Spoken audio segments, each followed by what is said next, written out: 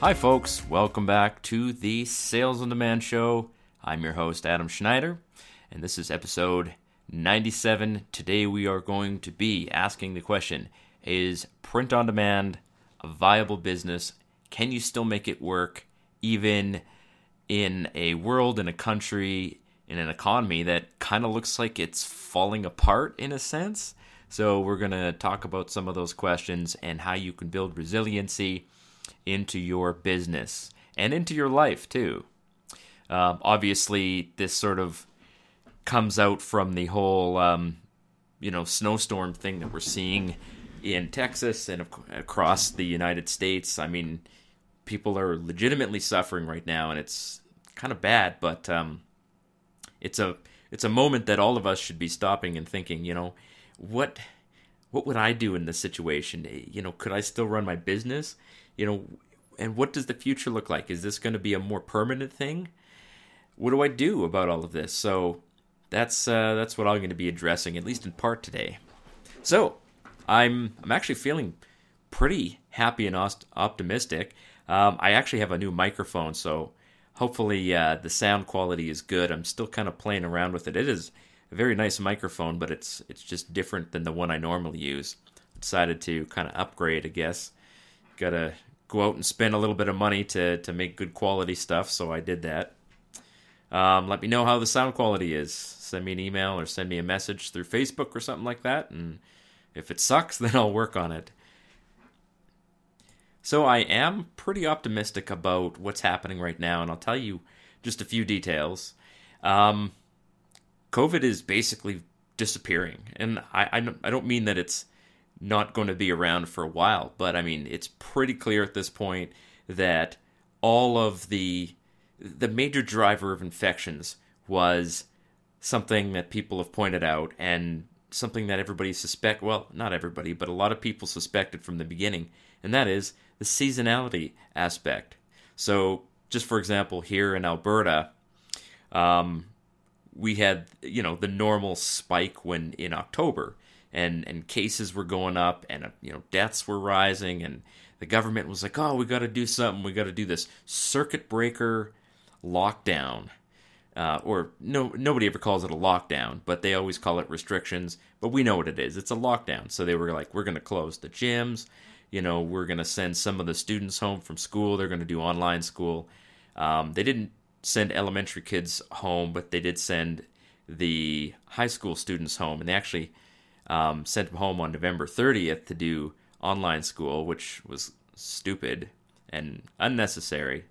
But there was one so they ended, they enacted the restrictions on December the 13th. So I just looked at the statistics from Alberta, and it looks like the peak over winter of infections occurred on December the 16th. So 3 days after they enacted the lockdown, that was when infections started declining. And they've declined ever since that day. They've never gone back up to where they were before. It has been a sharp and significant decline. Obviously this has nothing to do with the lockdowns, because as we're told over and over again, the cases always lag by 2 weeks, right? So the people who are showing up as infected today, those people were actually exposed 2 weeks ago. And so I've been debating this with people online, and it's lovely because it's just a bullet in the heart of this lockdown mania. It just proves almost irrefutably that the lockdowns have no significant influence on the number of cases, and that seasonality is the biggest factor that we're looking at here.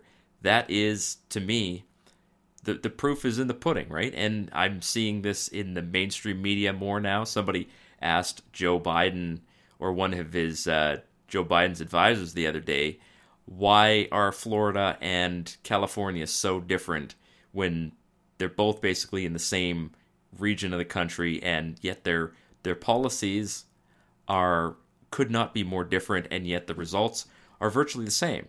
In fact, Florida is doing much better than California, and California had significant restrictions and still does have significant restrictions, whereas Florida You can go watch movies, you can go watch concerts. There's basically nothing that you can't do in Florida. So, I mean, that to me is good because the mask is coming off in many senses, like even a literal sense. Like, I don't care about masks, but it's pretty obvious at this point that they don't have any real impact on the pandemic. I was happy to think that they might, and if they did, then I would have been happy to wear a mask. Like, I don't care. It doesn't bother me to do something if it's productive, but I don't see any evidence that it is. So I'm optimistic, and Alberta has actually, and it was just in the news today, we've actually surpassed the threshold to move. Like, we've got these phases like most places do. So we're in phase 1 now, which is the supposed circuit breaker that was supposed to last 2 weeks and ended up lasting, it's almost 8 weeks now. But we have now surpassed the benchmark, the threshold of people in the hospital to go to stage 3. So we skipped right over stage 2. But of course the government is like, well, we still have to be cautious. We still have to be careful. There's new variants out there. Blah, blah, blah, blah, blah. But I'm just tired of this. And I am optimistic, though, because the more these people jabber on about it, the more they're just proven wrong by the facts all the time. It's just constant. It's being thrown in their face, and you can't refute facts. They're there whether you like them or not. So people are seeing the situation for what it is. It is a situation like the virus is going to be with us, and government policy can't eradicate it. We're going to have to live with it. We've got a vaccine now. People who want the vaccine can go get it, and we're going to go back to life. I know I am going back to life. As soon as I see leaves on trees, I'm not abiding by any of the restrictions, or at least, the ones, if I'm threatened with arrest or something like that, maybe I will. But, or if a business says we're not letting you in without wearing a mask, then obviously I'm not going to continue and make them throw me out or something like that. But I am just not going to live my life thinking about COVID or working around COVID. I'm just done. And I'm happy to say that lots of people are feeling the same way. So that's what's going on with me. I'm feeling pretty happy about that. This is going to be a good year, even if it's still a little bit challenging. And I'm just choosing to live life with optimism. So let's talk about what is selling right now. So it is slow right now online. There was a huge crash in sales that a lot of us noticed on Amazon particularly, and it was, well, in my opinion, it was because of the winter storm that hit, Texas obviously was one of the places that got hit, but it wasn't the only place, and the power was out in many other regions as well. It's just that Texas is big and there's lots of people there, so they get kind of most of the attention. And it's obviously a politically driven conversation because Texas is supposedly more Republican or whatever, but whatever. I mean, the government can't run anything, no matter who's running the government, so it doesn't really matter. But things are coming back online, and this is also good. You should be happy that people are surviving this, and you should be optimistic about the future, even if it looks bad right now. People are very resilient. We've been going through some hard times in the last 12 months, and I am constantly amazed at just how resilient people are. People have adapted to some of the worst situations, whether you want to call them government-enacted situations, or if it's in the case of the economy declining. Some of it's because of government, some of it's because of other factors, but people are resilient. Now, I'm thinking back to like the history of the, when you look at things like World War II and just how devastated Europe was after the war.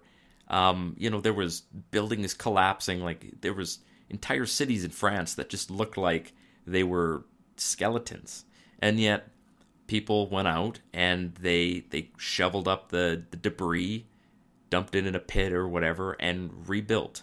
People are resilient even in the face of terrible situations, and nothing that's happened in the last 12 years even comes close to being as bad as things that have happened in the past.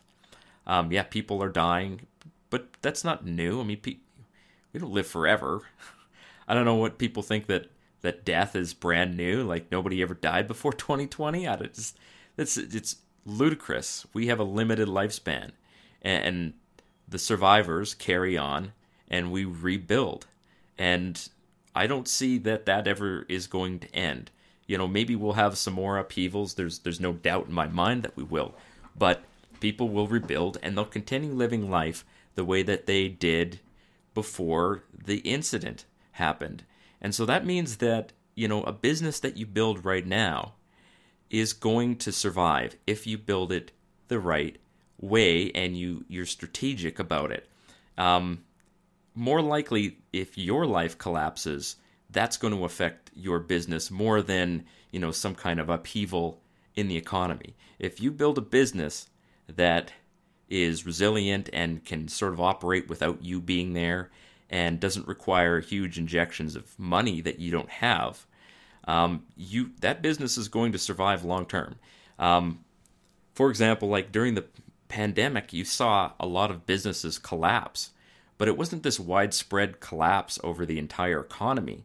No, it was very specific sectors of businesses that were doing poorly, or even were just completely almost eradicated. For example, like retail stores and these boutique stores, the so-called non-essential places, gyms and restaurants. Those places took a huge hit. So I mean, if you were running a gym or a restaurant or some other type of personal service place, like, yeah, you suffered. But then on the other hand, online sales just skyrocketed. And what else are we doing here? We're doing online sales. So this is a long-term play that is it's a very resilient type of business, because unless the internet itself actually collapses, and even if it did, people will bring it back online. I know we watch movies and stuff about the collapse of civilization and the internet's gone and stuff like that. Look, the internet could be knocked out. I'm not saying it couldn't, but if you don't think that people are going to get out there and work at rebuilding it, I think you don't understand how people are motivated. I mean, the idea that we're just going to sit there and live in the ruins of civilization is just stupid. I mean, just look at what happened in Europe. Like I said, after World War II, people got out there and rebuilt they cleaned up, they rebuilt, and it was hard. It was backbreaking work, and it took some time, but they did do it. So the internet isn't going anywhere. If it gets knocked out, we're going to rebuild it. If your business declines, it will come back, as long as you are not relying on it. And we'll talk about that a little bit. So, of course, as always, you can get a free video and weekly tips when you join my email list. And I want to announce something that's coming up. The 100th show is coming up here, and I'm going to be putting some special bonuses out for my training program with the Print on Demand A to Z. I'm going to be adding some significant value to that training program, including some group coaching and one-on-one training.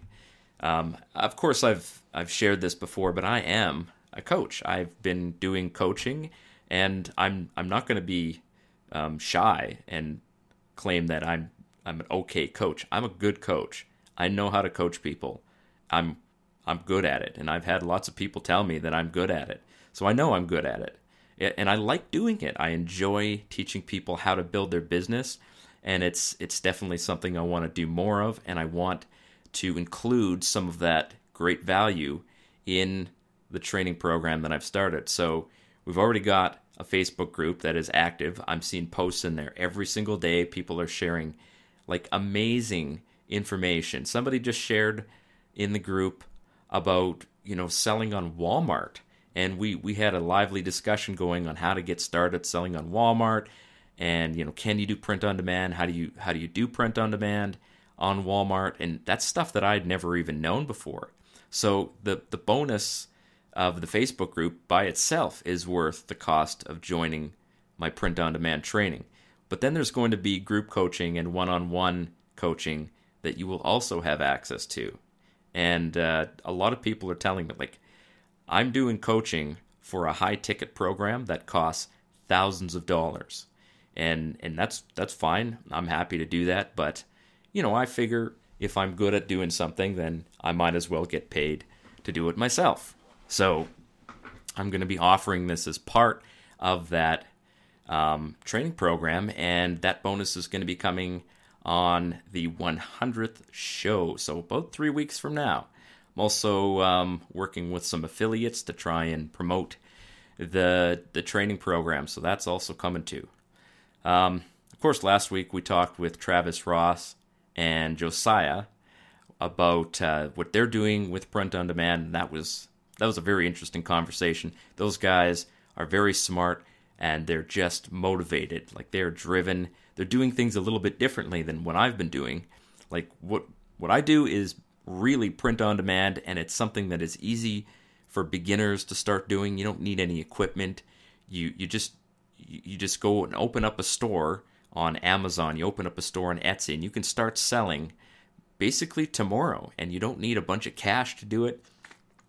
So it's a really beginner-friendly method. And what Travis and Josiah are doing is a little bit more advanced, but I am really thinking about their method of selling, and I'd like to incorporate some of the lessons that they've learned into my own business. And I'm definitely going to have them back on the show for sure.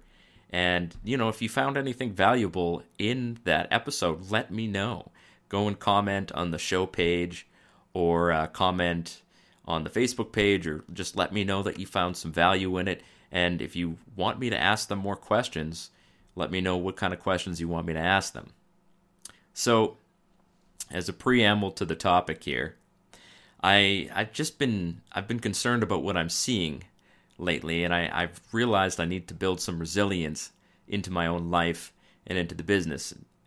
More so, I'm talking about in my own life, because the business is starting to become quite resilient. And when I quit my full-time job, that was really one of the big steps for me, and I was not sure how that was going to work out. It's not something that I definitely recommend a lot of people do, is quitting your business, but I felt like I had enough momentum at this point. I was like, okay, I'm going to go for this. I'd always said that I'm not going to quit my full-time job until I had like double the revenue from the business. And I don't know if I have double the revenue, but I think I might eventually. So I'm going for it. I'm taking a bit of a risk here. And it worked out fabulously. I have not once regretted my decision to quit my full-time job and do this business, the multiple things that I do here full-time. But that's definitely not something that every new seller can do. So I thought we'd address the question, is print on demand a really viable business model even after, 5 to 7 years of it being out on the market? And how do you build it so that you can really rely on the income? A lot of people are looking for work, and a lot of them are joining training programs, and they're trying to build a business, and they're desperate for some cash flow. And that is the reality of lots of people's life, but that's also not necessarily what this business is. This is not a fast, immediate cash flow business. This is a long-term play. Now, if you need cash, then you probably want to start working for hourly wages. Like, if you need cash tomorrow, if you need to feed your family tomorrow, I've actually done some episodes on how to just build up some cash flow really quickly. And I probably, in fact, you know what? Let me do another episode. I'm going to do another episode on how to build up some fairly quick, reliable income using skills that you can either learn or things that you already know, and how to do it, sell your time for money, basically, even online. So we'll talk about that maybe in another couple episodes here, but print on demand is not the kind of business model where you're just generating income right away, at least not income that is, significant. However, unlike selling your time for money, which is something that I still do coaching, and coaching is not a, passive income strategy by any means. I enjoy it, I like it, but it is a working for dollars kind of thing. So I've kind of got two things going on right now, and both of those strategies are earning me money.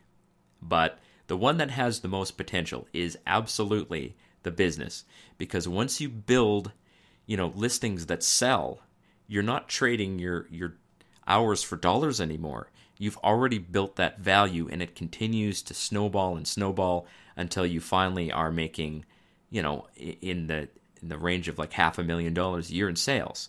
And you really are not spending a lot of time, or you can structure it so that you aren't spending time, doing all of the little logistical things, getting the product into Amazon, adding new listings, responding to customers. You can actually hire people to do those things and basically kind of just sit back and just let the cash flow come in. But it's not something that happens immediately, and this is where people kind of get stuck on this, because everybody's looking for some fast, easy money, right? We're all looking for that thing that is just going to bring some cash flow in right away. People are like, man, I just need a couple $100 a month, and I need cash flow now. So they kind of have that desperation. And there's nothing wrong with being desperate, because it makes you hungry and it motivates you.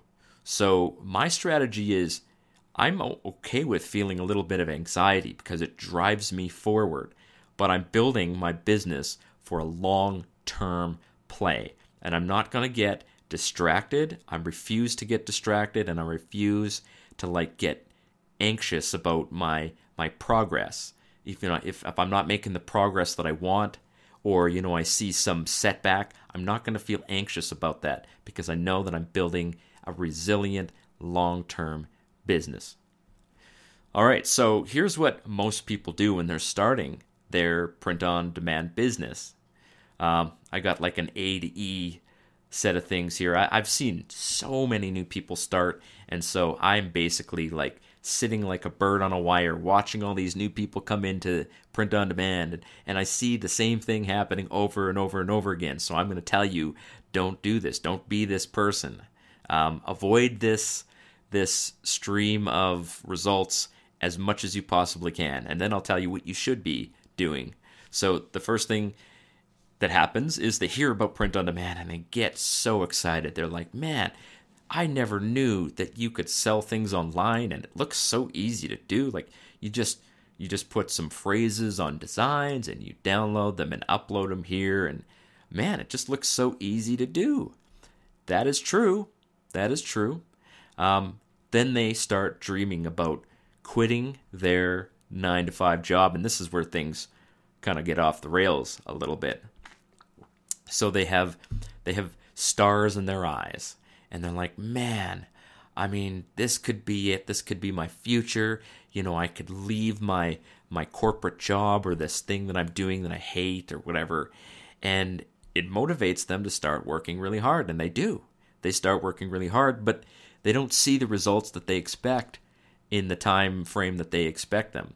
And sometimes they don't see any results at all because they don't really know what they're doing. You're starting a business and you're taking actions, but you're not really, you're just kind of flailing around, which is normal. I was in there.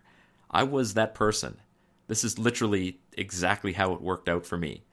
When I started selling in March of 2017, I was just over the moon. I was like, this is a real viable business. And I'm like, okay, I need to quit my job by November.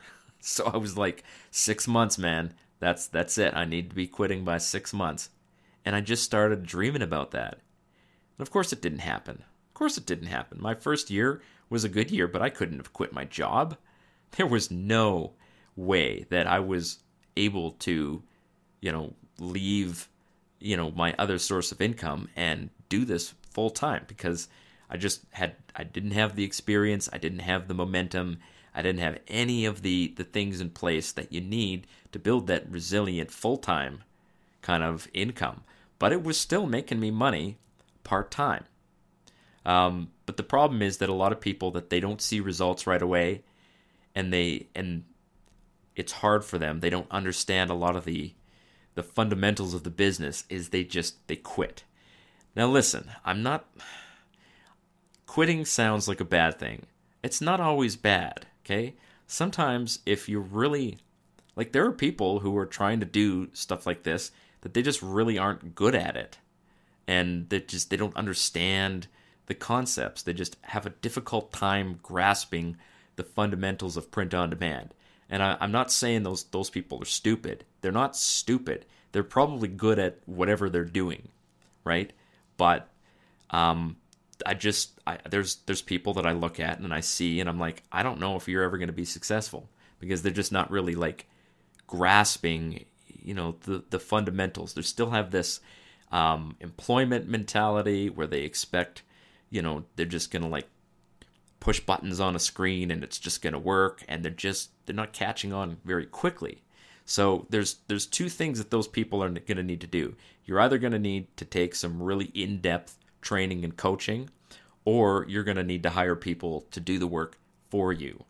And which means that you do need to have a grasp on what you're doing. And you need to be able to train someone else to do it for you. So the chances of these people quitting are pretty high, and that's fine. But a lot of people quit before they see any results at all. And there's no reason to quit. You're building a business. This is not a quick results kind of business. So what should you do? Well, you should still be excited about print on demand, because it is a viable long-term, it's either a long-term side hustle or it's a long-term full-time business. If you build the right kind of team and you do all this stuff, it is a very good business that you can build online.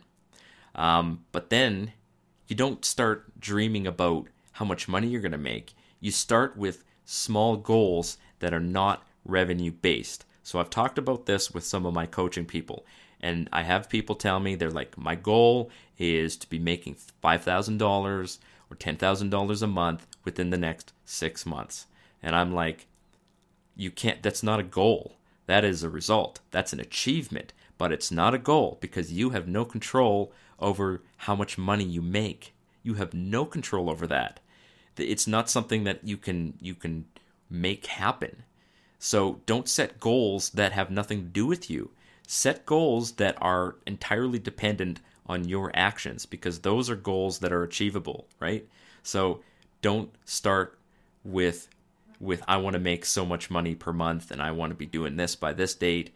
Start with goals that are based on you, and start small. Start with, okay, I'm going to launch 2 customized listings a day. I'm going to launch 10 non-customized listings a day.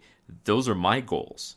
And I've been working with my virtual assistant, and I mean, in the last, I don't know, he's been working for me for 3 weeks, and he has launched I've probably put almost 100 new products into my stores just with his effort alone. And it's been very manageable, and I'm excited about the future. Like, this is the way to go for me. But I'm not setting goals that are revenue based.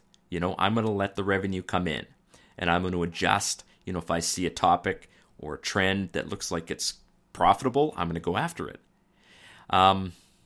So that, that's how to set goals. Don't set goals that are revenue based. Now, number C, or number 3, if you will, is don't quit other projects if you're making money from them. Especially if you have a job, don't quit your job if it's paying your bills, because you don't want to have to rely on very unpredictable revenue from print on demand. Like, print on demand is not a 9-to-5 thing where you're just going to make a predictable amount of money. I don't know of any business that is that predictable. I've never seen one.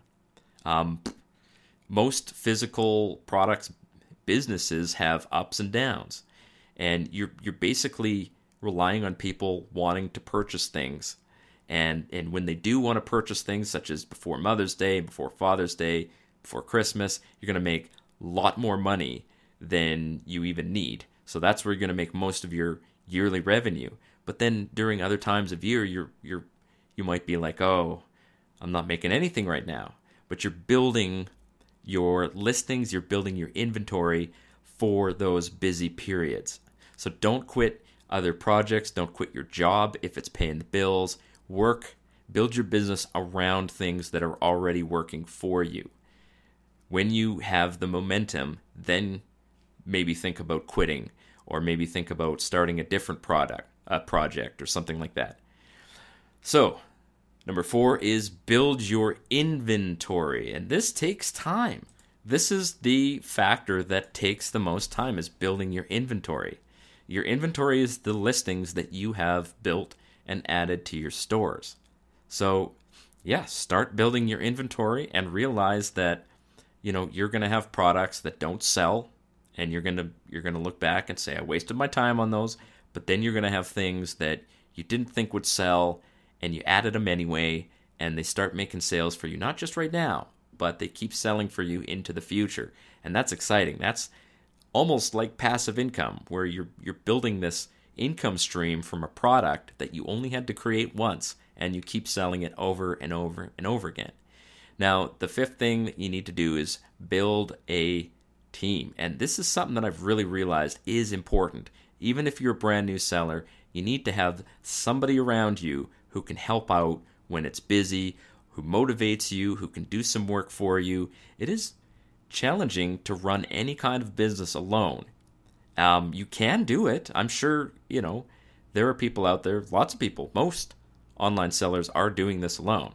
But not, the really successful ones have learned that building a team builds resilience into your business, and it allows your business to operate when you're not there, and it builds like a workflow that keeps scaling.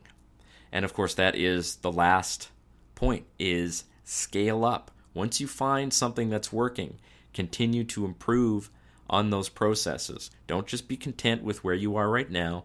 Look at things that you need to do to build your business in the future. Maybe scaling up for you means adding more Fulfilled by Amazon products. Maybe for you it's, okay, I need to really work on my customization listings.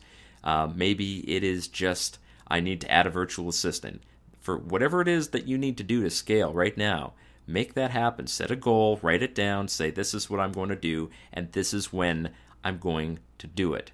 And stop trying to make things happen. They will happen, right? Don't get discouraged when you don't see the results that you get from your efforts. Keep working on it. And that's really all I have to tell you guys for today. And thank you very much for listening. I've had plenty of new listeners in the last, just in the last few weeks, and some of my most favorite people are actually listening to this podcast. Some people that I never expected would be listening to me are tuning in and building their own businesses, and I just love talking about this. I love it so much. I can't get enough of it. And I've got another 3 or 4 hours of talking to do today, so I'll leave it at that so I don't lose my voice. But we'll see you guys next week in episode 98. Cheers.